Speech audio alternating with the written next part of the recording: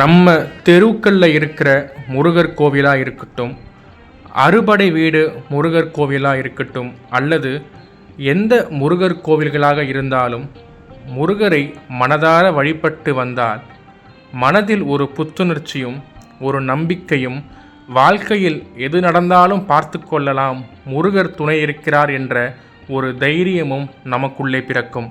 நீங்களும் அதே போல்தான் உணர்வீர்கள் என்று நம்புகிறோம்.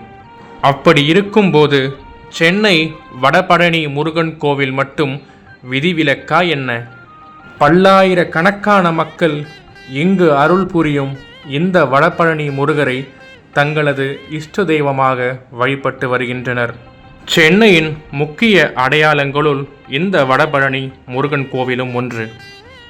முருகரின் 3ஆம் படை வீடான பழனி முருகர் கோவிலுக்கு சென்று தங்களின் வேண்டுதல்களை நிறைவேற்ற முடியாதவர்கள் இந்த வடபழனி முருகன் கோவிலுக்கு வந்து நிறைவேற்றிக் கொள்கிறார்கள்.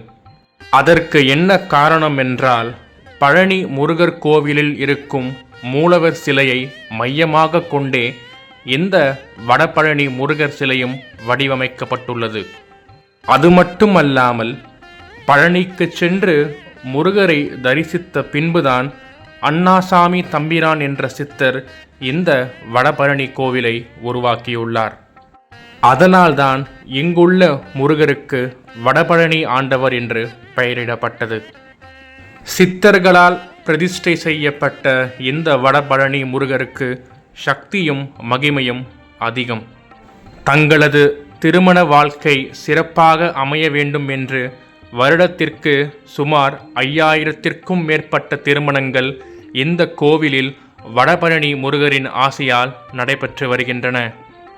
இங்குள்ள முருகர் பாதரட்சையுடன், அதாவது காலணிகளுடன் காட்சியளிப்பது இந்த கோவிலின் தனி சிறப்பாகும்.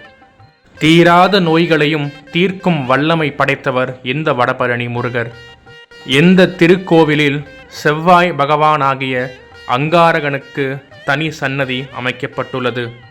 இதனால் செவ்வாய் தோஷத்தால் பாதிக்கப்பட்டவர்கள் இந்த திருத்தலத்தில் வந்து வேண்டிக் கொண்டால் நன்மைகள் பல உண்டாகும் என்று சொல்லப்படுகிறது. எங்களது இரட்டை குழந்தைகளை அழைத்து சென்று இந்த முருகரை தரிசித்தது எங்களுக்கு பெரும் மகிழ்ச்சி அளித்தது. இந்த கோவிலில் வழங்கப்பட்ட பிரசாதத்தை உண்ட பின் எங்கள் குழந்தைகளும் மகிழ்ச்சி அடைந்தார்கள்.